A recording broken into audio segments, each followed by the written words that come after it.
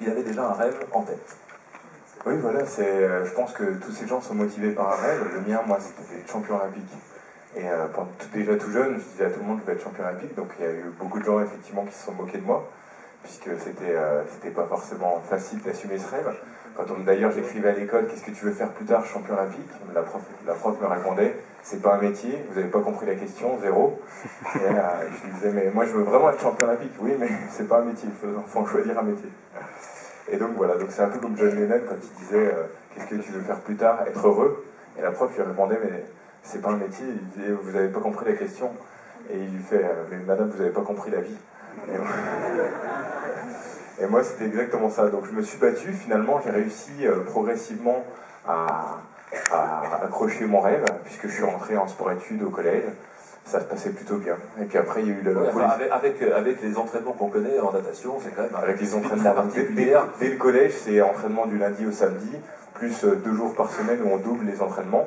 Et puis après, progressivement, c'est entrer au pôle espoir avec entraînement bi-quotidien tous les jours dans l'eau, plus de la musculation, plus de l'entraînement. Mais à ce moment-là, j'étais encore le champion du monde dans l'entraînement.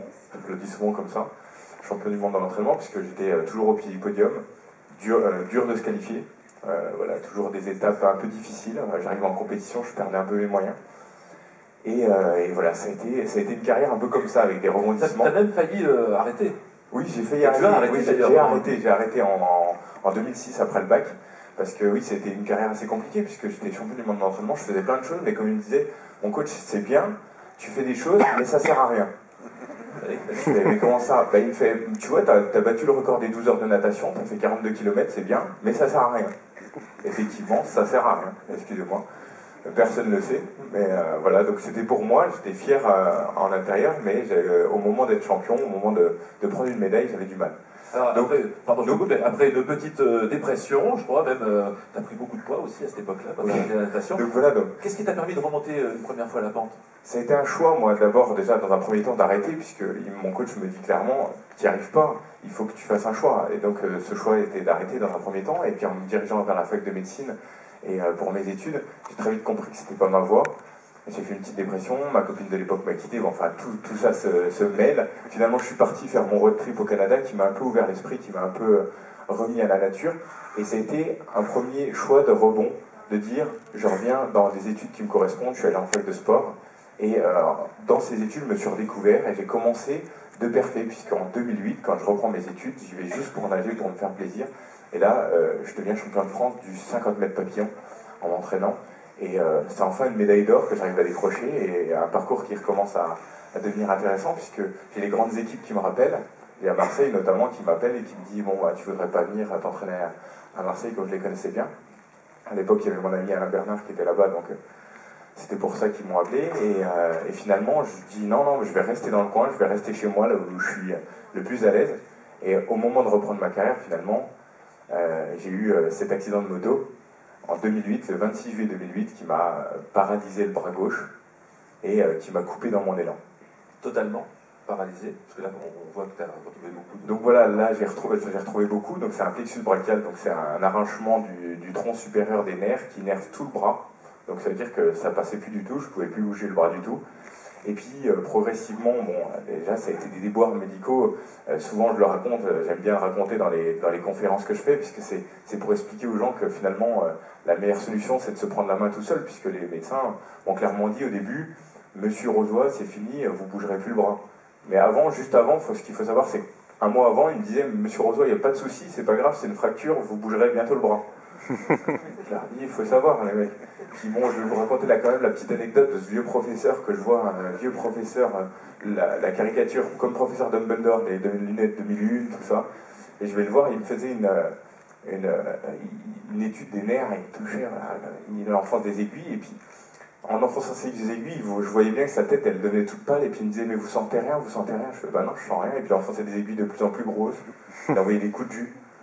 Puis à un moment donné, il me regarde, il me fait, mais Monsieur Rozoy, c'est pas bon. Bah je fais, je vois bien, vous enfoncez des trucs depuis tout à l'heure, mais je sens pas. Et là, il me fait, non, c'est vraiment pas bon, votre vie, elle est finie. Elle est finie, votre vie, elle est finie. De toute façon, c'est facile, vous faites des études dans le sport, faut arrêter. Vous n'arrêterez plus jamais. Et puis voilà, quoi, je fais un bras qui marche plus, c'est fini. Et puis là, bon, forcément, je suis un peu J'ai beau être solide, à ce moment-là, j'ai une petite larme qui coule. Et puis il me regarde, il me dit, monsieur Rozoy, c'est pas comme si vous avez le sida, vous n'allez pas en crever quand même.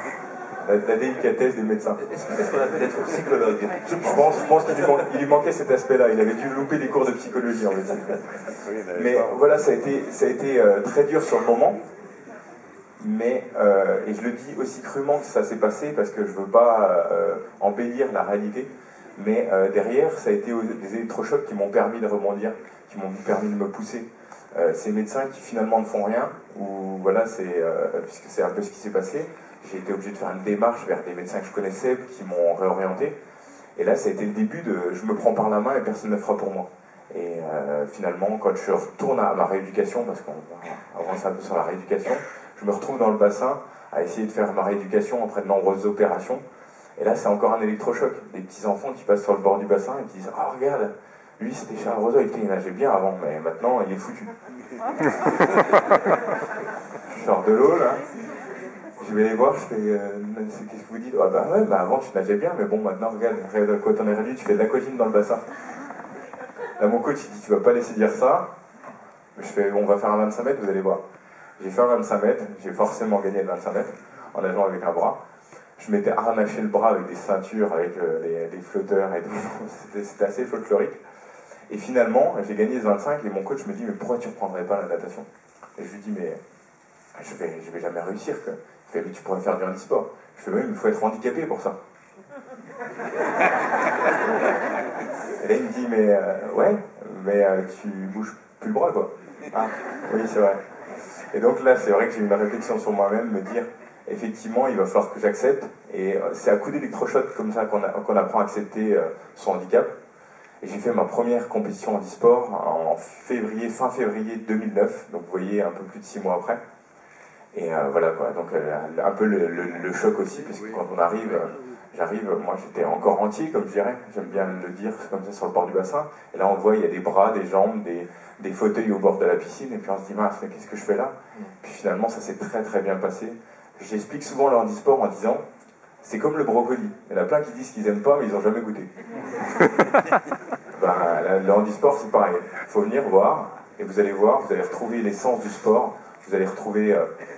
voilà, plein de choses qui font que les gens se dépassent, ils sont juste là pour se dépasser, pour aller jusqu'au bout d'eux-mêmes, et ils s'en foutent du handicap, ils s'en foutent de tout.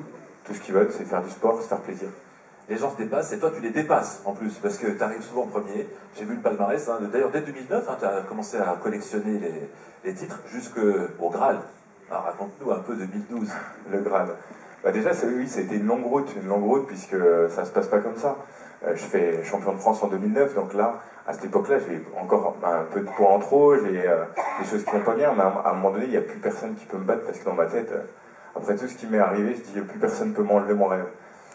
Et ce qui se passe, c'est que je me qualifie pour les championnats d'Europe et les championnats du monde qui ont lieu à la fin de l'année. Et là, je dis, bon, c'est parti, hein, je m'entraîne comme un fou. Et en 6 mois de temps, j'ai réussi à retrouver le niveau que j'avais, parce que vous imaginez bien, je m'étais quand même beaucoup entraîné, hein, depuis mes 7 ans que je m'entraînais, il y a un peu d'entraînement derrière, il a suffi de transférer. Et finalement, en 2009, je fais champion d'Europe, champion du monde. Et là, à ce moment-là, je n'étais pas physiquement le plus fort, mais par contre, j'étais un lion en cage, et je pense que personne ne pouvait me battre à cause de mon psychologie, quoi, de tout ce qu'il y avait dans ma tête, et qui me poussait. Et je l'ai bien vu, puisqu'il y avait cet Australien qui était soi-disant imbattable, et on est sorti de la chambre d'appel, tout le monde m'a dit, mais il était blanc quand il est sorti de la chambre d'appel. Donc voilà, parce qu'on a une chambre d'appel dans laquelle on se retrouve pendant 10-20 minutes avant la course, et on est tous ensemble, et ça se regarde dans le blanc des yeux, et les Chinois font des mouvements de kung-fu dans la chambre d'appel, voilà, on a un peu, voilà, c'est un peu un spectacle, c'est un peu un spectacle, il faut savoir aussi. Donc voilà, c'est psychologiquement une guerre qui se déclare, et après c'est la guerre dans l'eau. Et donc voilà, donc finalement la guerre psychologique, c'était moi le plus fort, et j'ai réussi à entretenir ça. En 2010, ça a été un petit peu plus dur, il a fallu que j'apprenne à perdre aussi, pas à perdre. Certains me diront, mais t'as été 3e, c'est super. Moi je dirais 3e, c'est déjà être le 2e des perdants. Donc voilà. Non, c'est vrai que je suis beaucoup cette mentalité, c'est la mentalité un peu américaine, mais voilà, je suis un gagnant, j'ai voulu très vite rebondir, ça m'a mis une gifle et ça m'a permis de revenir. Maintenant dans l'entraînement, on le sait très bien, des fois il faut savoir sacrifier une année pour pouvoir revenir plus fort, et finalement c'est ce que j'ai fait, puisqu'en 2011, je prends 3 médailles au championnat d'Europe. Et puis en 2012, je décroche enfin le Graal, après une lutte acharnée. Donc normalement, vous auriez dû la voir, cette lutte. Vous auriez dû. Il y a eu un petit problème technique. Donc finalement, si vous voulez voir ma course, dans tous les cas, vous inquiétez pas, elle est sur YouTube. Elle est sur mon site internet, vous retrouverez www.charles-rosoy.com. Voilà, c'est assez simple. Même en tapant mon nom dans Google, vous devriez y trouver. Et quand on a un champion paralympique, eh bien, on peut l'applaudir, hein, évidemment. Moi, j'avais vu cette course parce que